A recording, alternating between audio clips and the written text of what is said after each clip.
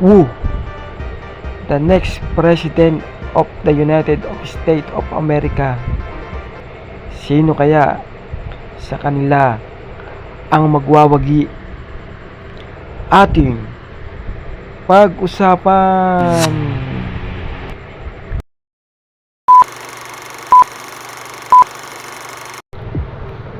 November 5, 2024. Ito ang araw ng eleksyon sa Amerika.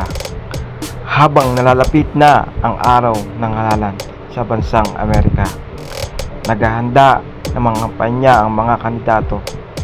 Naghahanda na rin ang kanilang mamamayan kung sino ang kanilang pambato na may lulukulok.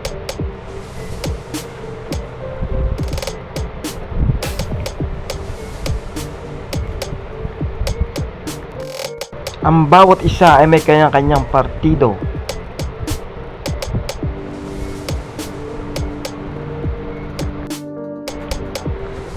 May kanya-kanyang baluarte.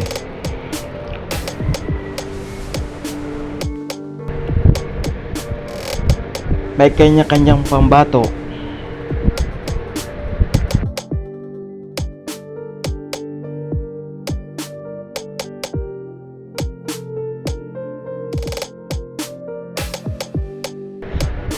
May kanya-kanyang plataporma na may tutupad kung sila ay palarin manalo.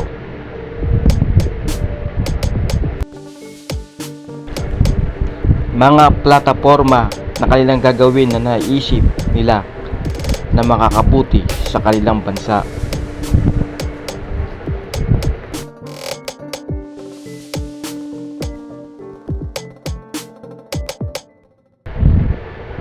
Naayusin, baguhin kung sa kanila ito ay makakabuti sa kanilang bansa at mamamayan.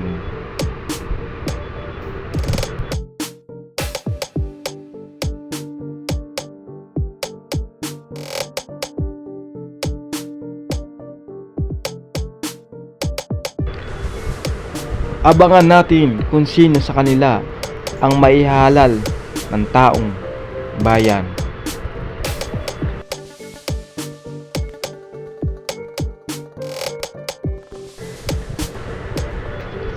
Sa tingin nila na tama ang kanilang pambato.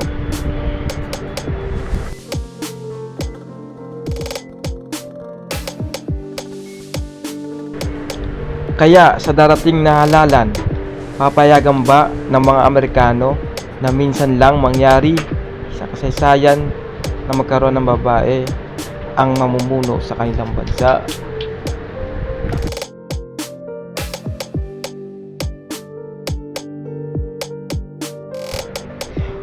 O papayagang muli nila na maiupo ang naging presidente na nakita na nila sa loob ng 6 na taon na kung ano ang nagawa at magagawa pa.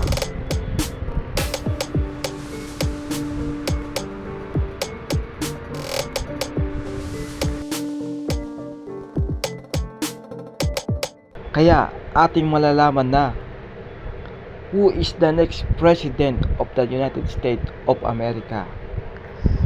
Kaya ating pag-usapan.